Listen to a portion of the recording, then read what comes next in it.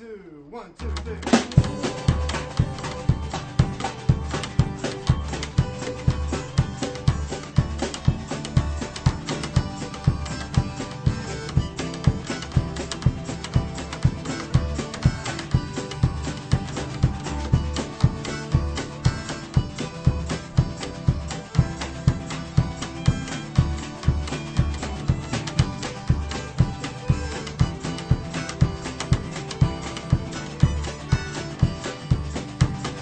Hello and welcome to Ithaca DSA Presents.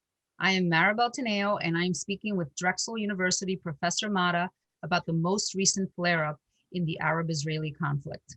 Welcome, Professor Matta. We are so glad to have you. Thank you for inviting me. So our first question is, explain what led to the most recent flare-up in the Arab-Israeli conflict. Is this time different in any way? Mm-hmm.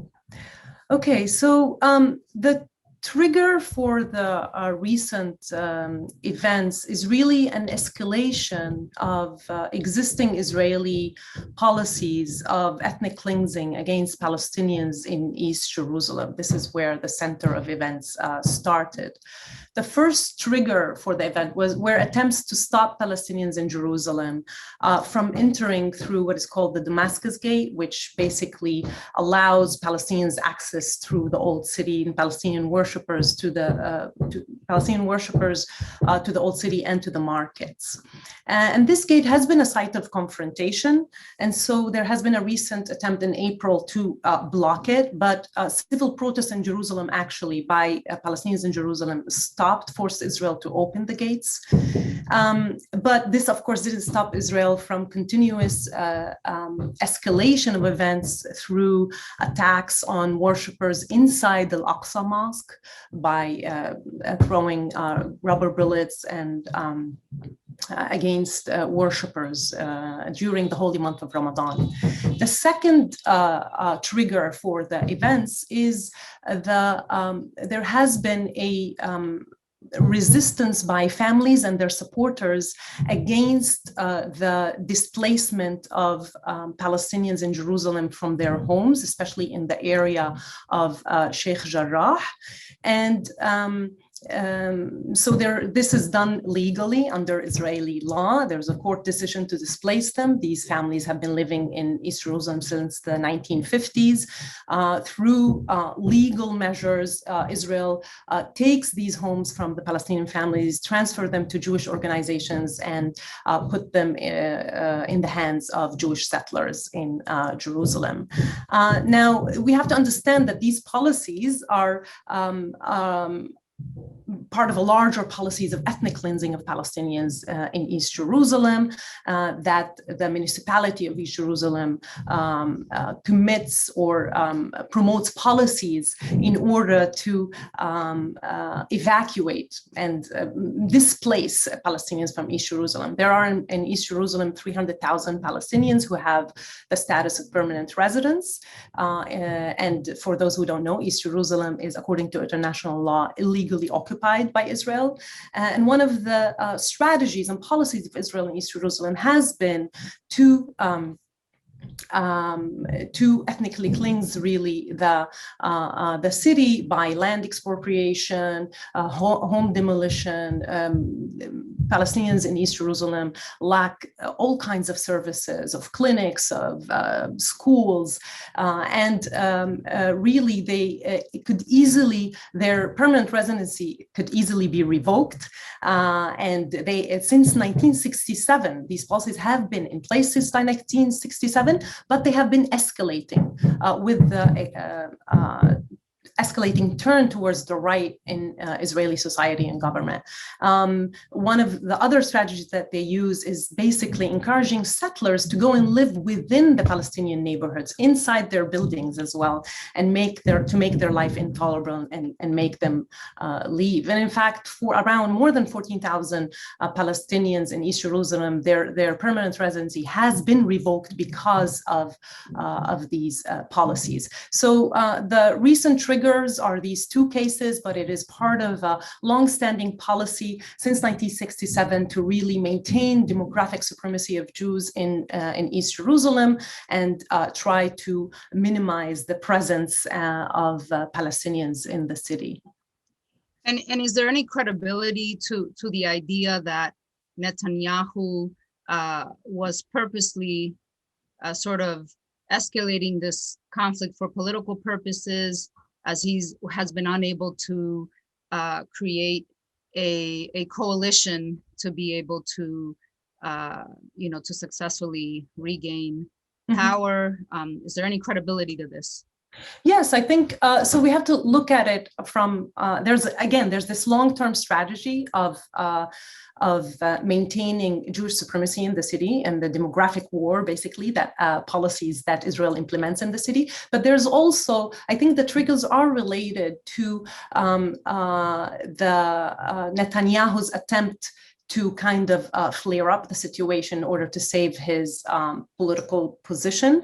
And since 2009, since he was in power, there has been a growth of the power of the right-wing movements and the settler movement in Israel in order for him to maintain his power.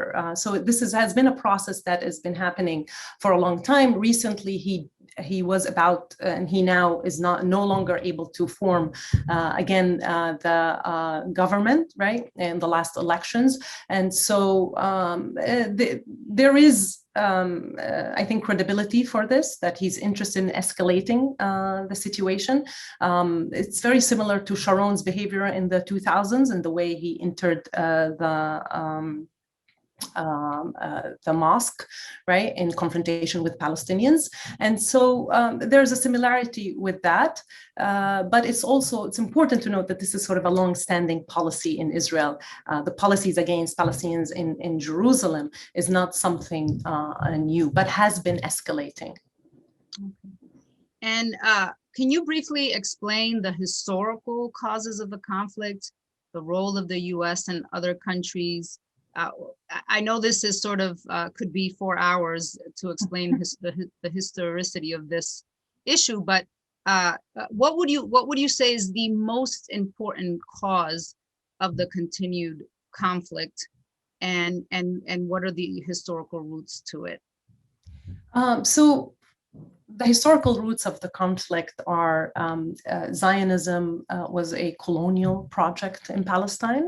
That's the history of the Zionist movement, as many Palestinian historians and the people experience in Palestine have already noted, and Israeli historians as well. The project was meant to build a Jewish state, over an area that is populated by a majority Palestinians. And so this colonial project involved expulsion, different than other colonial projects of Europe in other countries in the world, where they had to, in order to have a Jewish state, based on the Zionist kind of ideology of building a Jewish state, Jewish nation for Jewish people all over the world, they had to expel Palestinians. And in 1948, the creation of the Israeli state was based on the expulsion of 705,000 Palestinians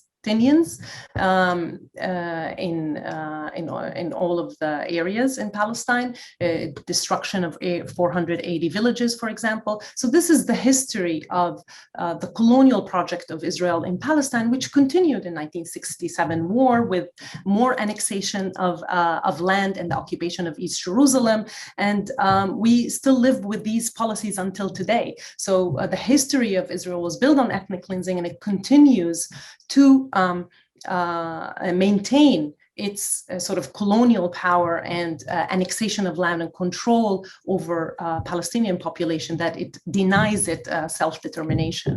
Can you discuss the internal, I guess, the changing internal politics in Israel, the occupied territories, the US and the region as a whole, and how they are influencing the conflict? I know, for example, the US has seen tremendous change in the public opinion around this issue.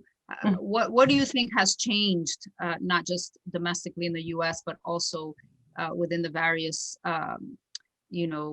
countries in the Middle East, and how do you think that is impacting the conflict, and what might it predict about the future of the conflict? Okay, so let me go back to something new that was happening in the conflict that I kind of focused on the trigger, and then I'll go back to your question about the US and changes in Israel.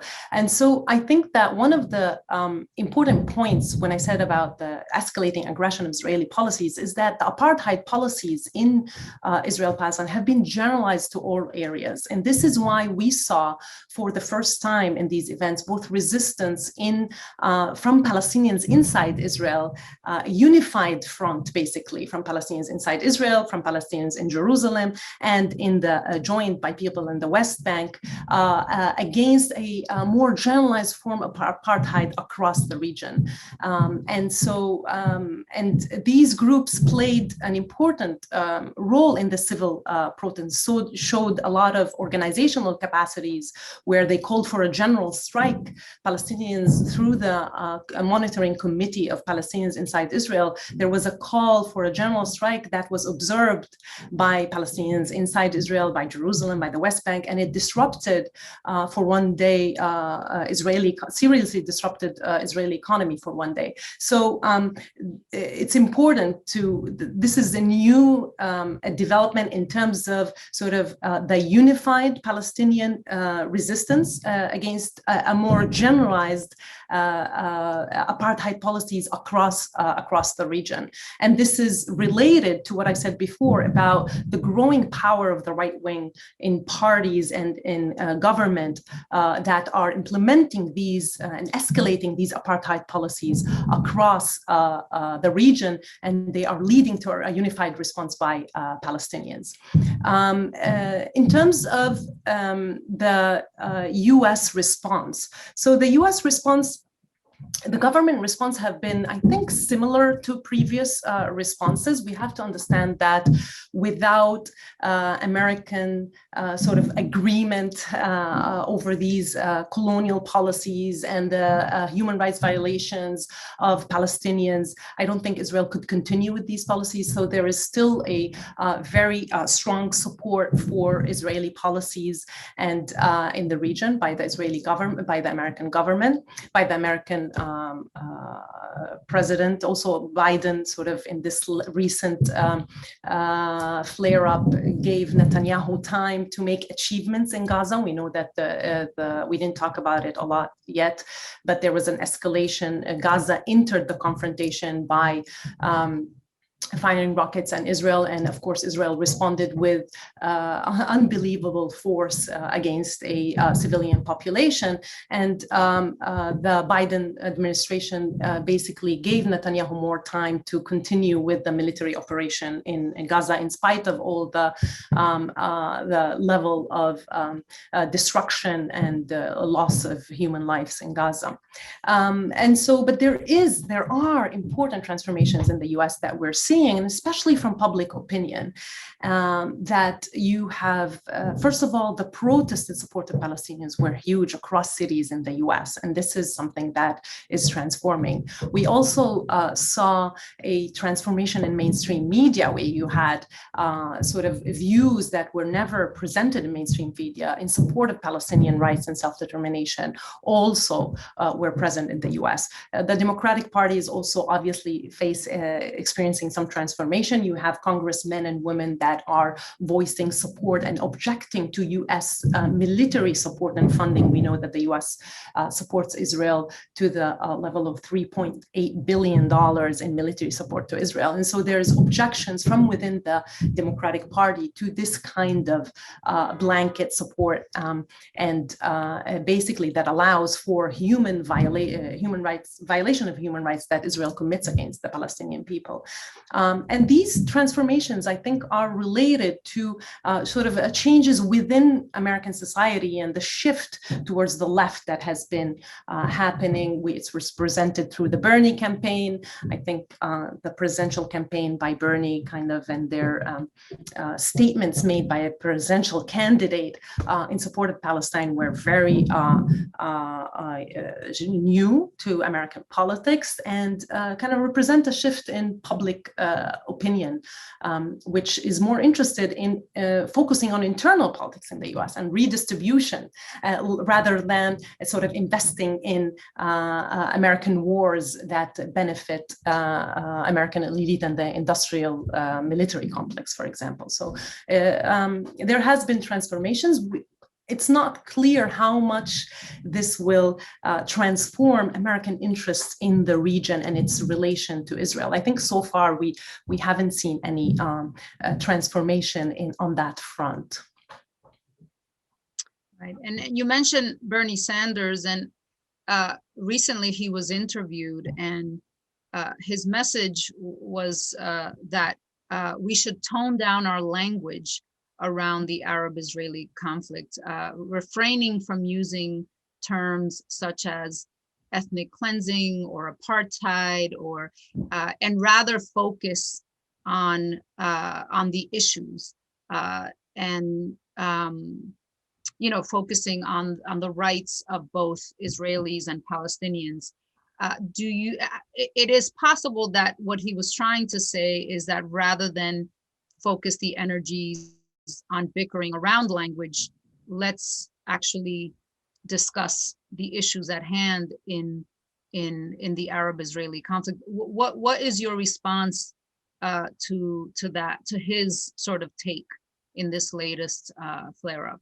Yeah, so I mean, from his position, I understand what he's trying to do. I don't think that as a movement on the ground, we should commit to his suggestion of not using the terms that actually describe what Israel is doing.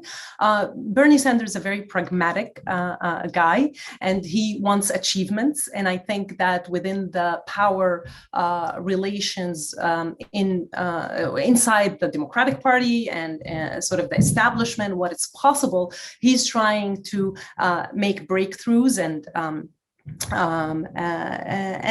for him, I think using more restrained language might be suitable for the kind of purposes that he is pursuing. So I'm not, I wasn't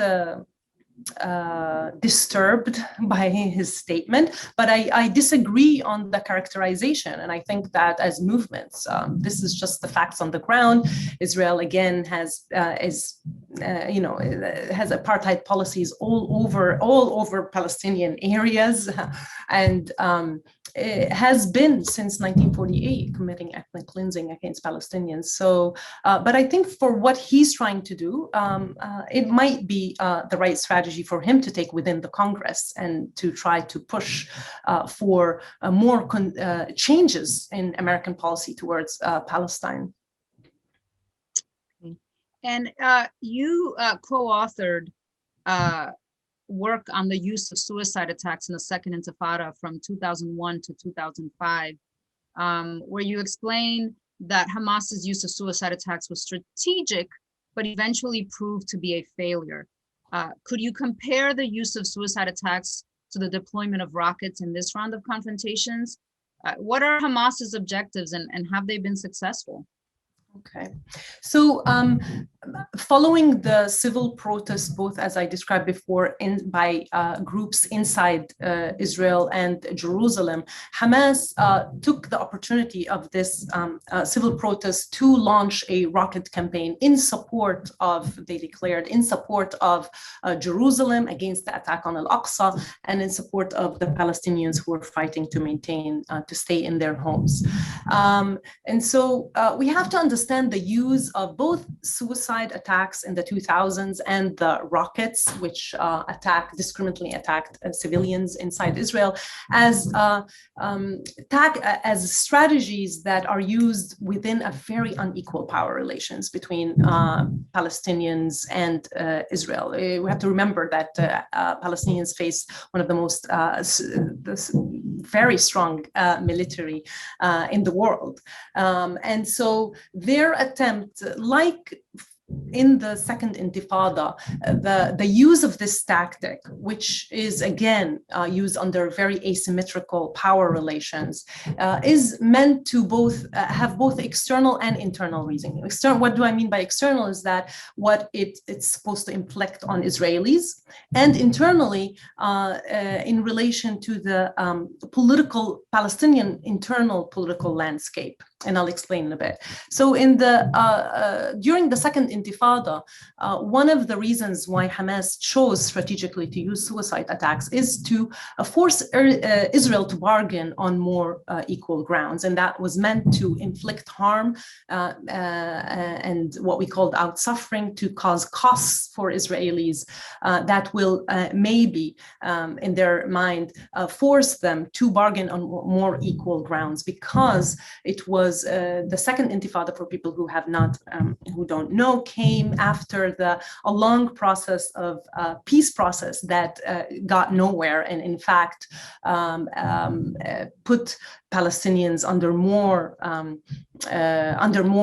severe circumstances and increased settlements. And so it was a time where Israel was not willing to make concessions in order to reach a peace deal. In the 2000s. And so internally, the suicide attacks were meant to also compete with other conciliatory factions represented by the Palestinian Authority currently only in the West Bank, that was cooperating with Israeli military, and Hamas was trying to build a confrontational bloc that would safeguard the liberation struggle. In the recent use of rockets, Hamas, there is an attempt to disrupt the status quo. We haven't discussed it in detail, but since 2007, there has been a separation between the West Bank and Gaza. Gaza is under severe siege, extreme economic difficulties, lack of infrastructure and services. And one of the attempts by Hamas, I think, is to disrupt the status quo of the siege. It's like became the normal life that people in Gaza, it's basically a big prison of people who, again, lack life in Gaza is intolerable and is going to become even more intolerable in the future. And Hamas is trying to change the status quo, right? But internally, I think the rockets played here an important internal, even more than in the 2000s, is that it's a challenge to the Palestinian Authority in the West Bank. One of the results of this peace process, endless bogus peace process that resulted in nothing, is that we have a Palestinian Authority in the West Bank now that basically cooperates with Israeli military to repress Palestinians. And recently, there was supposed to be elections in the West Bank, and Abbas, the president, canceled them. The excuse was that because Israel did not allow residents of East Jerusalem to vote. But the real reason is because if there would have been elections, he would have, Fatah, the main party under the PA, would have lost the elections. That's his estimation. They were running under a lot of lists, and Hamas has more popularity in the West Bank. I would assume more than Gaza. I don't know for sure, but I think more than Gaza. And so this situation where the elections were canceled, Gaza continues to be under siege, Hamas saw this as opportunity to become the leader of Palestinian resistance. And I think this is what they meant to achieve out of this, mostly, is to become the sort of address for Palestinian resistance all over the region. So if the speeches by by Hamas leaders after this, after the basically attack and war on Gaza ended, is one of leadership, of taking the role of leadership for the Palestinian struggle across the region and making demands on ending the siege. Now, there has been a lot of talk about the success of this campaign, mostly because rockets were able to disrupt life in places like Tel Aviv, and this is something that suicide attacks in the past were not able to do, disrupt life for a continuous period of time where people had to go into shelters. And so there has been the talk about this kind of war is that it was a success for Hamas, mostly because of this ability to disrupt life again in Tel Aviv, but also Hamas argues that Israel was not able actually to undermine Hamas capacities of military capacities in Gaza.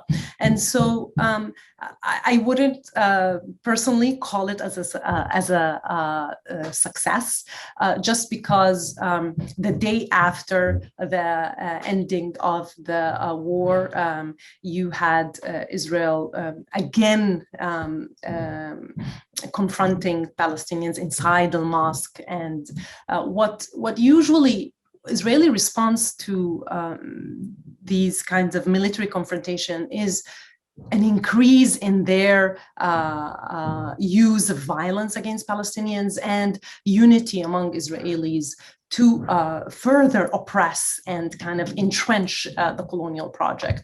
And, there's very unequal power relations that I think the military strategy used by Hamas will not be able to lead to concessions, unfortunately. I would love to hear a very brief response on whether you think a fair resolution is possible at this point. So I think that the history of the conflict shows, unfortunately, that Palestinians tried many tactics, both popular uprising, military confrontation, and they all failed with Israel. There is consensus within Israeli political elite to not make concessions. And I think that the fair solution would be really a state where all Jews and Palestinians live equally under one kind of democratic state. But I think that's something that is unachievable. I think that there are, first, because most Israelis don't want that solution. A lot of Palestinians don't want that solution. They'd prefer an independent state. I think that really transformations in the geopolitics and the region could possibly, and changes in US foreign policy and interest in the Middle East could lead to some kind of concessions, which we do have a formula that some of the Palestinians, large numbers of Palestinians agree upon, even Hamas agrees upon, which is going according to international law, withdrawing from 1967 borders, East Jerusalem as a Palestinian, independent Palestinian state with East Jerusalem with the right of refugees. So there are internationally agreed upon there's an internationally agreed upon formula for a kind, and of course, dismantling of all the settlements. But this is extremely, this even is very difficult to achieve. This was Ithaca DSA Presents. I am Maribel Tineo, and we just spoke with Drexel University Professor Matta about the most recent flare-up in the Arab-Israeli conflict. Thank you so much, Professor Matta, for being with us today. Thank you. Thank you. 1, 2, 1, 2, 3.